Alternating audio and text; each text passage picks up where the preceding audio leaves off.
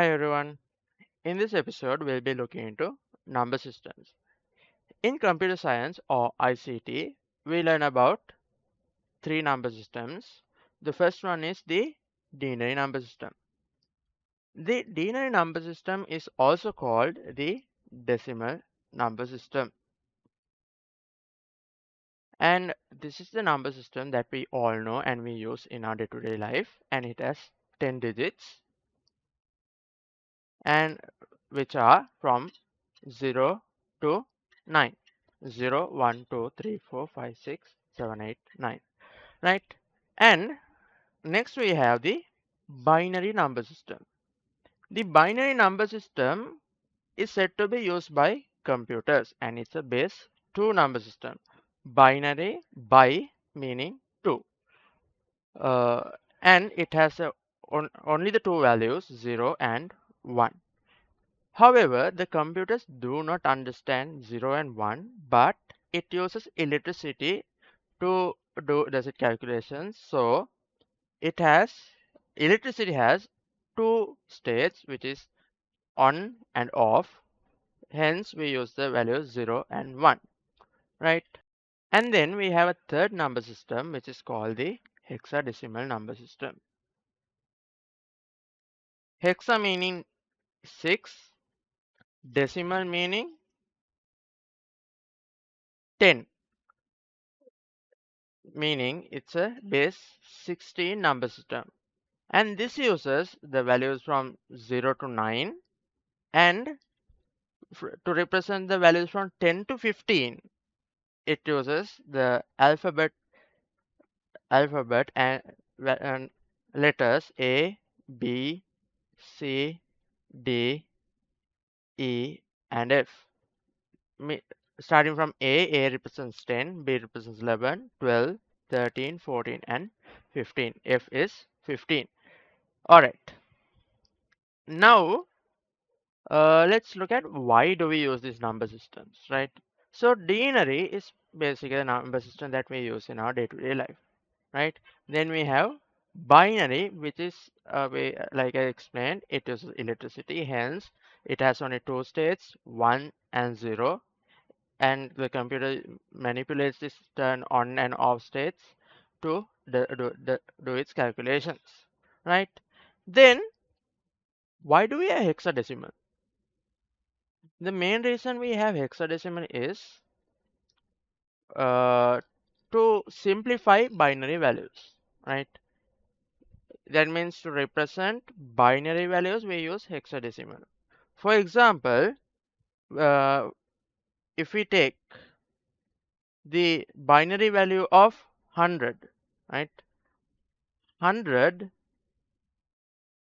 is equal to 1100100. So the value of three digits, the in denary takes almost 7 or 8 digits to represent in binary. So the values that we need to represent in binary is much more longer and it takes space, right? And it's kind of harder to remember. So denary 100 in hexadecimal is 6, 4 in hexadecimal, right? We'll be looking into how we can convert them later, but in this case, I'm just using it to demonstrate the values, right? Uh, so why do we use hexadecimal is it's kind of like a sweet spot. And when we are converting the values, you will understand it is much harder to convert the denary values to binary, but it is very easy to convert the hexadecimal value to binary and vice versa, right? Now let's look at how these value number systems work, right? We all know that the denary number system works like this. The denary number system goes from 0 to 9, right? 0, 1, 2, 3, 4, then we go up to 9. And then what happens, since 9 is the last value of the denary number system, we add a 1 here, right? And we make this a 0, or we reset it, right? And this goes up to 19, right? And then what happens? It resets. This value increases, and the this 9 becomes a 0, right? Since 9 is the last number in the number system, right? So for example, if this goes up to 99, what happens? This both reset and we add a new value and it becomes 100, right? And if you want to go a little bit more further, if it goes to 999, it becomes 1000, right? We all know how this works, right? It is kind of common knowledge, right? Now let's look at how binary works. Binary, in the other hand, has only 2 digits. Hence, 1 is the last maximum number, right? So, like 9 was the maximum number in denary, the 1 in binary will act the same way. So, what will happen? 0, and the next value will be 1, right? And then, since this is the last value, like 9, the next value will be, this will be reset to 0 and we'll be adding a 1 here, right? That's how we count in binary. Then the next value will be 1 1, and then since these both of these are the maximum values, like the 99, it will become 100. It's not 100, we don't call it 100, we call it 100, right? And then after some time, let's say it becomes 111, and then what will happen? It's similar to 9999, and then it becomes 1000. Is a the I think this is much more easy to understand. And then when we are talking about the hexadecimal number system,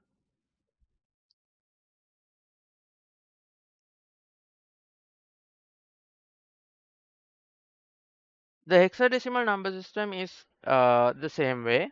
The only thing, we have extra digits, right?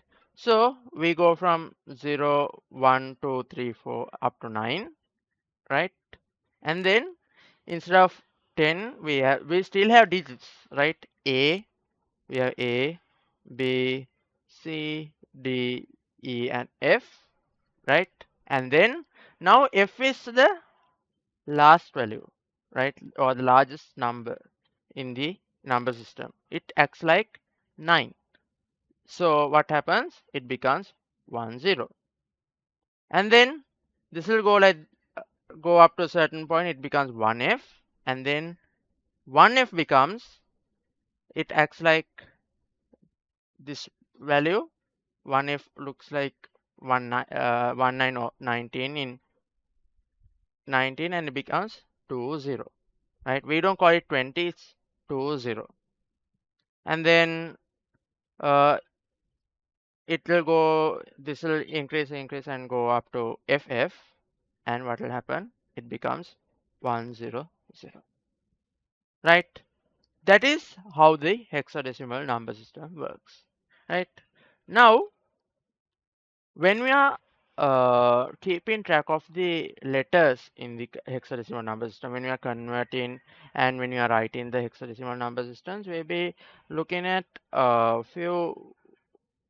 You will, most of the time will be taught to like write this, or we might not be taught it at all sometimes. A, B, C, D, E, F. You don't need to remember this, right? A is 10, 11, 12, 13, 14, and F represents 15, right? So this method, most of the time what we do is we write it and then we look at it. So instead, I'll just show you the method that I use, and it is not a must for you to use it, but it will come in handy later on because we don't need a pen and paper every time we use this, right? So here, what I'm doing is I'll be using my hand, and I'll be making a fist out of it, and then the number of fingers I have up is 0. Hence it, and I consider this to be 10, right? 10, 11, 12, 13, 14, 15. When I have 5 fingers up, it will be 15. If I have all fingers down, it will be 10. If I have 4 fingers up, it will be 14. All right. So now let's say I want to find the value of 12 in hexadecimal. So the clenched fist will be 10, 11, 12. 10, 11, 12. So we are not counting 10, 11, 12, but instead we will be saying A, B, C. So when I have 2 fingers, it will be C, right? Uh, so 12 is C, right? And in the other hand, I want to find what is E. So what is E? A, B, C, D, E. So I stop at E. I have 14, 4 fingers, meaning it's 14, right? So that is how I use the use my hand to know the values of the hexadecimal number system, and I'll be using this in the future videos as well. So in the coming videos, we'll be looking into how do we convert the number system and other things in the computer science syllabus. So that's it for this episode, and I will see you in the next one.